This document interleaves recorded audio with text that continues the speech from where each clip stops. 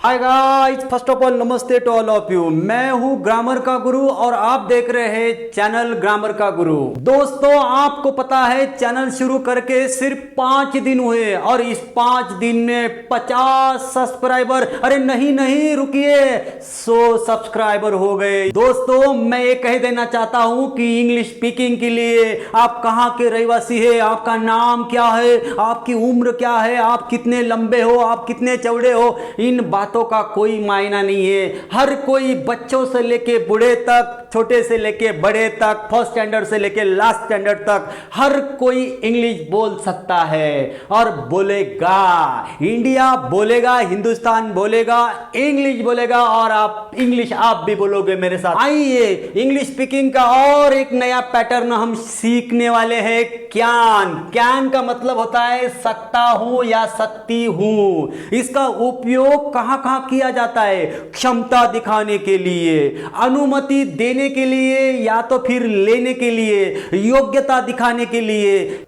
तो बोलिए मेरे साथ, I can speak in English. मैं इंग्लिश में बोल सकता हूं, मैं इंग्लिश में बोल सकता हूं। या मैं ये भी कर सकता हूं, I can speak in Marathi, I can speak in Gujarati, I can speak in Hindi. बहुत सारे सेंटेंस बोल सकते हैं। आप दूसरी भाषा मलयालम नहीं बोल सकते तो ऐसा बोल सकते ना, I can not speak in Malayalam. तो सिंपल सेंटेंस को हम निगेटिव भी बना सकते हैं, सवाल भी बना सकते हैं। तो आगे आगे देखिए, आई कैन रीड इंग्लिश, मैं इंग्लिश पढ़ सकता हूं। I can play on tabla. Play का मतलब हमने देखा है खेलना कूदना, मगर प्ले बजाना, इस I can play on tabla, tabla बजा सकता हूं। आई कैन थिंक, मैं सोच सकता हूं। I can be at home, मैं घर पे रह सकता हूं, हो सकता हूं। इस बी को मैंने जानबूझकर रखा है। बी का मतलब होना, इस दुनिया में होना। I can be at home, मैं घर पे, तो मैं घर पे हो सकता हूं।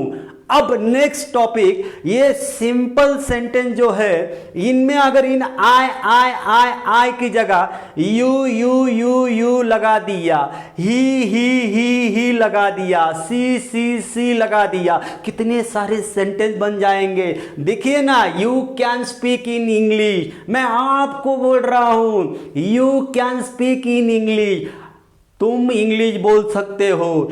जब आप हो सकता है को हो नहीं सकता ऐसा कहना चाहोगे तो क्या करना पड़ेगा? सिर्फ नॉट लगाना पड़ेगा। इस कैन के आगे नॉट लगाना चाहिए, ये बात आप भूलना नहीं। I can not speak in French, मैं फ्रेंच में बोल नहीं सकता।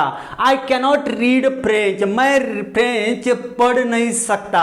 I can not play on tabla, मैं तबला बजा नहीं सकता। आई कैन नॉट थिंक, मैं सोच नहीं सकता। I can not be at home, मैं घर पे रह नहीं सकता। जब सीधे सेंटेंस का सवाल करना हो तो कैन जो अंदर था वो मैंने शुरुआत में रख दिया। आप देख सकते हैं यू कैन की बजाय कैन यू।